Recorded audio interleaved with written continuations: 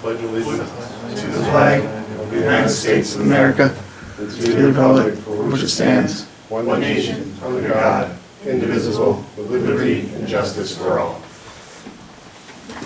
Okay, good afternoon, everyone. Thanks for coming. Okay, Jody, go ahead. You got your... The abstracts were presented to the board. They're down there. A few of you have already looked at them, but all I need permission to go ahead and pay. I would move that we pay the abstracts. Second. All in favor? Aye. Opposed? Karen, that's the only thing you have to bring up? That's all I have. That was quick. Anybody else have anything they want to bring up? No, we do have an agreement to make with the town, so we'll have to do that in June. So, I gave it to Joey, give you guys a chance to look at it. This is an agreement for the use of the Walton Lincoln, which we have been renewing. It's what, 30,000? I didn't look at it. I think it's 30. It was, last year was $3,000 more because the town had given them $3,000 to get that knotweed totally cut down on Water Street. And this year it's $3,000 less. Oh, speaking of Austin Lincoln, Yeah, someone told me that the firehouse is looking for jumbo tires. I think they Well, got it. somebody's dumping stuff in the back of Austin Lincoln, and there's jumbo tires in the pile. That I don't know. Well, take a look. I will mention to the. Where is it at? When you take the walk trail, it's way in the back. By the football, in the middle of the football thing, yeah, where they used to play football, the little kids play Yeah, I know football. There's like a collection of, Can you put them in there? I don't know, that's the first I'm hearing about it. When I got down there, the thing is always, gate is always closed, so I don't know. They go Well, in after there. dark, it's open during the day, and actually, the park's getting a lot of use. No, I mean the gate down by, that goes into the field, there's a road that goes there. They used to keep that gate shut during the day. When you go down by the basketball court, make a left and go down there, going towards the, where they play football, there's a gate that they always keep locked up, shut over Okay, there. no, it's been, because the whole place is being used by Little League or somebody. I was down there 2 days ago, it was closed. There's nobody in there? They must open it again. The last time I guess when they use it, they open it. Yeah, I mean, they have a crowd. Yeah. There's a lot of people down there, so it's getting Okay. a lot of use. Yeah, we should do that next month, but it's a renewal. We're supposed to renew it each year, so that the town knows how much to give us for their share of the use of the park system. And, let's say, right now, it's being used a lot. And basically, it's the same as what we have been getting up until last year, which we did get extra money because we were going to do some additional, and we didn't use it, so we cut that. By goodness, but 30,000. And because there is a water service to Veterans Plaza, they will pay us $200 a year, which covers the maintenance costs on the line. Capital They don't charge. actually use any water, it is locked up. But it was there because when they had the farmers market down there, they requested that they be able to access water. The only other thing I've got to bring up is the bowling alley was broken into, apparently. We did re-secure it, the police went down and investigated, they didn't find anybody in there at the time, but they had gotten a report from the citizen that somebody was in the building again. They did find some lights and stuff that had been taken down, set by the door so they could get a quick exit. The steel doors had pins that locked them to the floor, some of those had been raised up. They went back and closed it back down. The building was locked back up, they didn't actually find anybody in there at the time. I've spoken to the DPW, they're gonna try to seal up the area where they're crawling in through some broken concrete blocks and things like that. The only other thing, if you see a new police car, it's ours. It is out there, they are using it. We have the Dodge, has been turned over, so it can be used by DPW. We kept everything in it other than de-lettering it, so it doesn't say police on it, so it's available if they have to use something to transport a patient or a prisoner. Still has the gauge and everything else, discussed with Butch. We also discussed, I talked to the mechanic about keeping the Impala. If we try to sell it, we might get $500-600 for it. I don't know, but I would entertain that we allow the he needs to drive around in the village, he'd be able to use that vehicle to be in town. Because he won't get any out of it, he doesn't want to put a whole lot of money into it. It's a derby car, but it's serviceable, that they can move it. Well, I guess that bad, we can enter the Derby ourselves on drive. With my crash helmet. You would declare. I brought that with me. Other than that, I don't really. So which vehicle did you say they took the police wording off of? The car, the Dodge. The Dodge. So it is a plain Jane, if you just look at it, but it is fully equipped. So is that supposed to be the new shop car? Yes, So they, I talked to them, they will use it as a shop car, but if they need. so they're rotating out a newer one and not the oldest one? Correct. The Dodge We are is the keeping. Durango, right? Excuse me?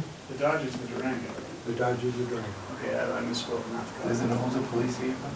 Yes, the Yeah, car. the Ford. The car. Actual car. I think they said too that the mileage on the new one is almost what the mileage is on the old. They're within 10,000 miles of each other. Yeah. But the Ford is beginning to show some rust. I did talk to the mechanic, and he said he can patch it up to a state black. It's fully drivable. But is that the smartest option? As long as. That's what the board should be discussing, not being told. Yeah. My I'll shut suggestion up. is that we do that, and the reason that is we still have the Dodge. DPW is not gonna put a lot of miles on it. If something happens with the Ford, fine, we're not gonna put a ton of money into that to keep it going. The Dodge is, I think, a little less than 100,000 miles on it. The biggest problem with it is they bug the hell out of the mechanic because they always complain about it. And his word, he said, it's worth it just to have them put pictures on That car was always down there being worked on. I don't know it. It's all why. minor things. There's nothing major wrong with the vehicle, it's minor things. We're not changing it other than the lettering, and if we do wind up having to, enough problems with the Ford, we can get rid of the Ford at any time. If we keep the Impala, we still have a spare car. Selling the Impala is not gonna get us any money. I'm not sure, do we insure those vehicles, Jody, one at a time or is it on the fleet? They're each insured. Each individual? I would suggest then that if we have collision or something, I believe we do on the newer ones. Do we on the? I don't have any idea. Okay. We have to keep it on the police vehicle. They've got to be on all of the vehicles that we have, so. Okay.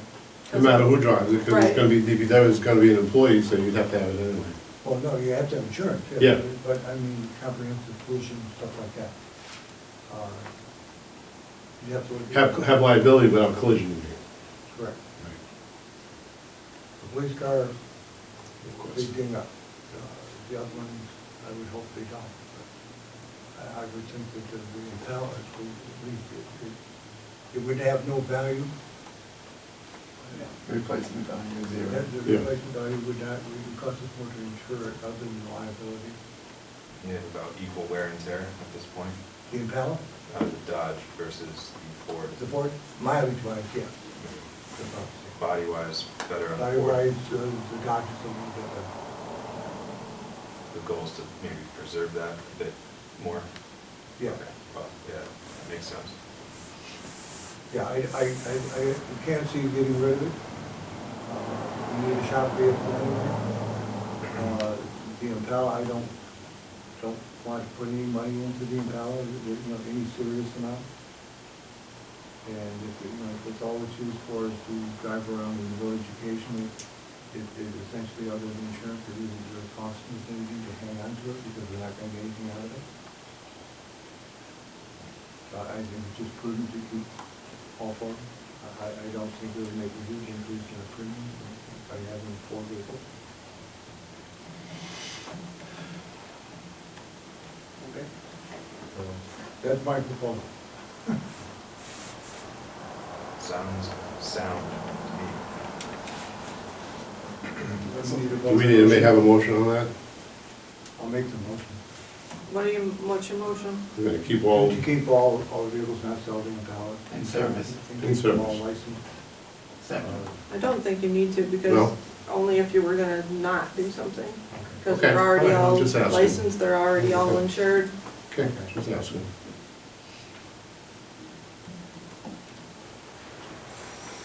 So that's what I have. Thank you. That was the most exciting part. I would say, I'm going by, the car does look good. Those are steps that we were looking for. In police reform, to get the car much more visible, it is. It is designed and built, and police car from the ground up. That's the way Ford made it. I think it would make a better vehicle for us. All the wiring and stuff is inside. It was pre-wired for everything we put in the vehicle. It was fairly expensive to be sure that that was done.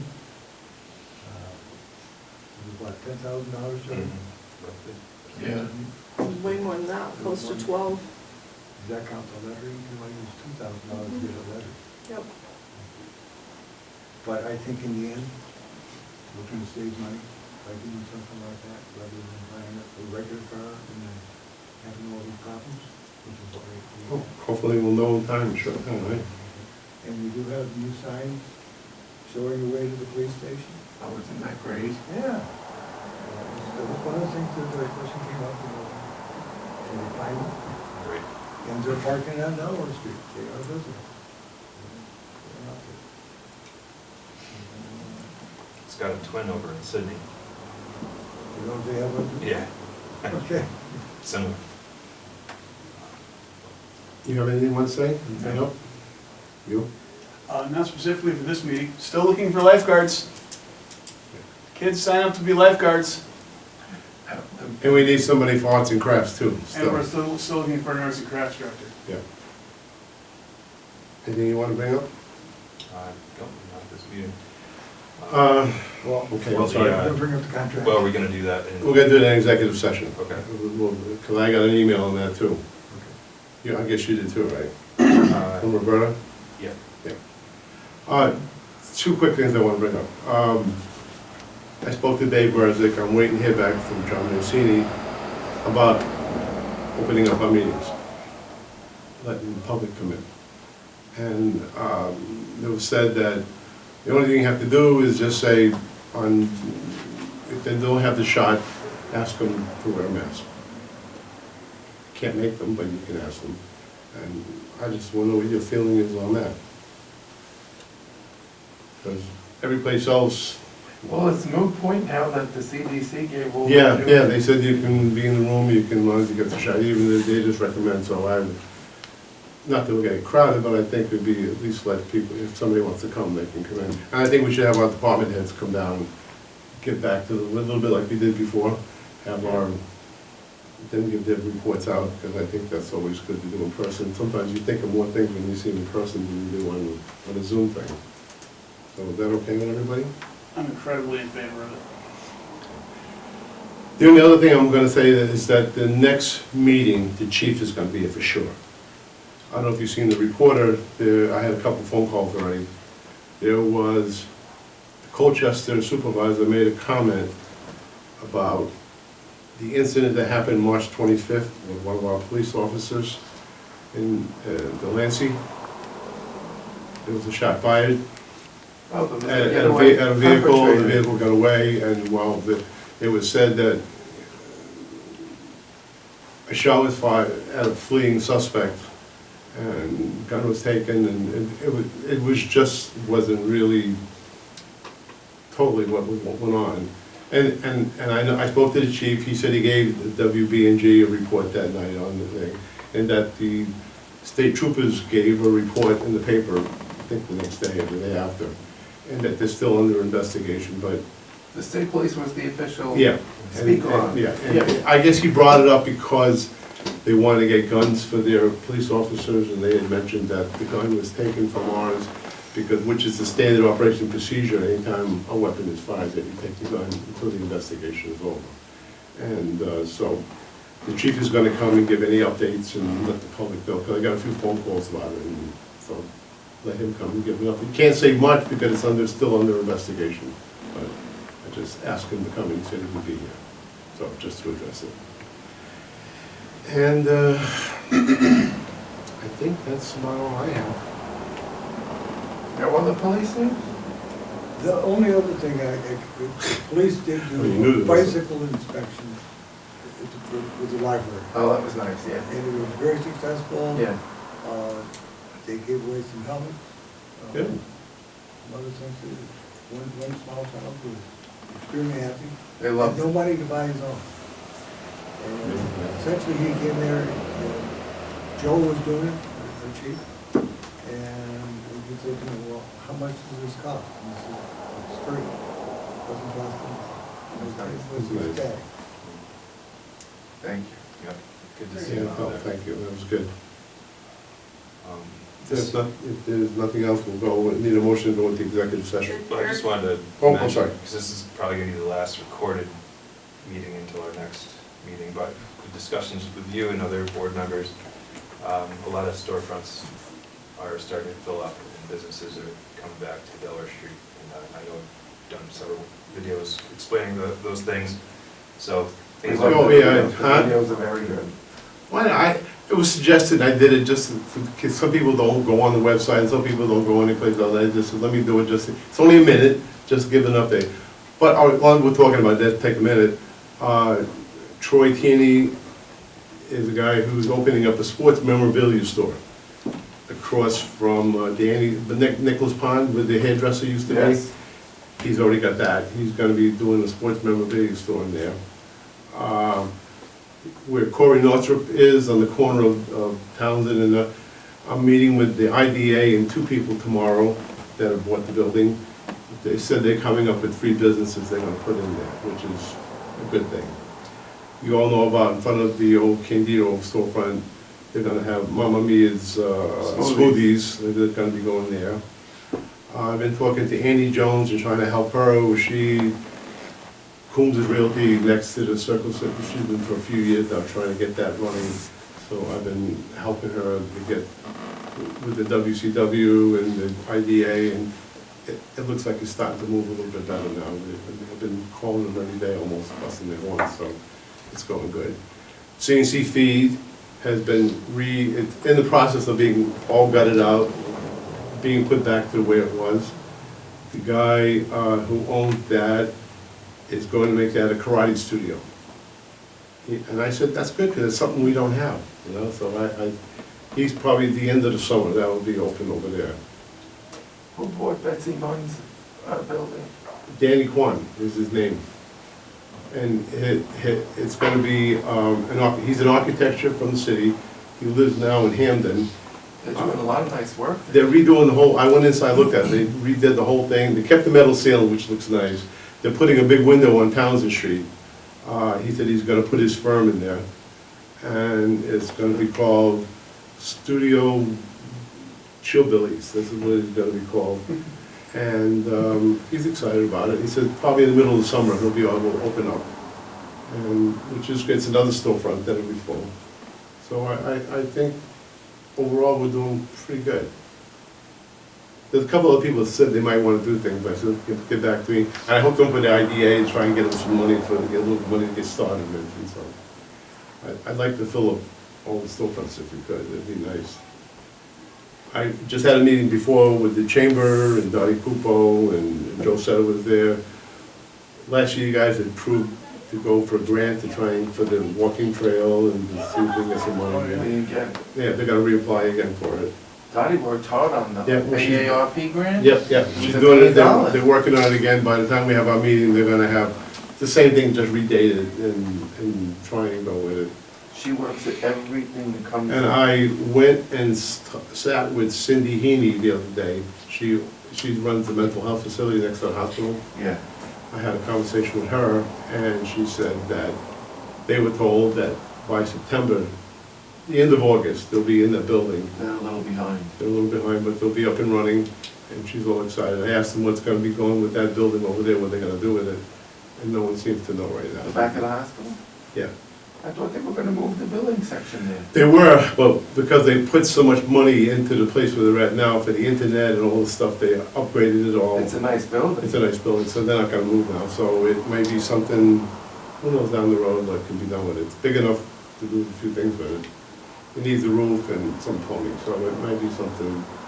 I gotta talk to Joe Sutter about it, that's his committee that he's in charge of in the county.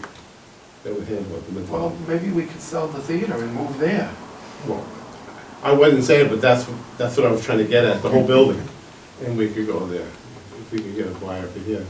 We could do the court and us over there, it's big enough that you could do the whole thing. It would be a lot of savings to the taxpayer. It's user-friendly. User-friendly, yeah, everything would fit. And we sat down, because I told you, we sat down with the town and the court, trying to do something there, and that was a fiasco. And then we went down, the judge and them said, well, there's not enough room to go there. Well, I said, well, why did we sit here in the first place if that was gonna, but, so that's not gonna go anywhere. So we have to come up with a different solution. That might be, depending on what we can do, it might be a solution. Because they, Yeah, Or, we'll see. grant applications for what they need up there. So that's gonna be a necessity. Trying to upgrade what needs to be done there. So, yeah, he was talking about air conditioning up there and how bad it is and, well, the overnight solution is to hold court in the room we're sitting in and have the handicap access be this ramp and stick an air conditioner in the window, but it's not big. yeah. They've already got air conditioning up Yeah. here, so. Oh, Has he looked at it, yeah, I think Brian was gonna go up and, but it was just, I'm just saying what We we have air brought up. conditioning in this room. Yeah, this room, yeah. Yeah, but right, there right. isn't upstairs. Not upstairs. so, So. That's all I have, unless there's anything else, no. Then we need a motion to go into executive session. let's do that. A motion. All in favor? Aye. Okay. Thank you, sir.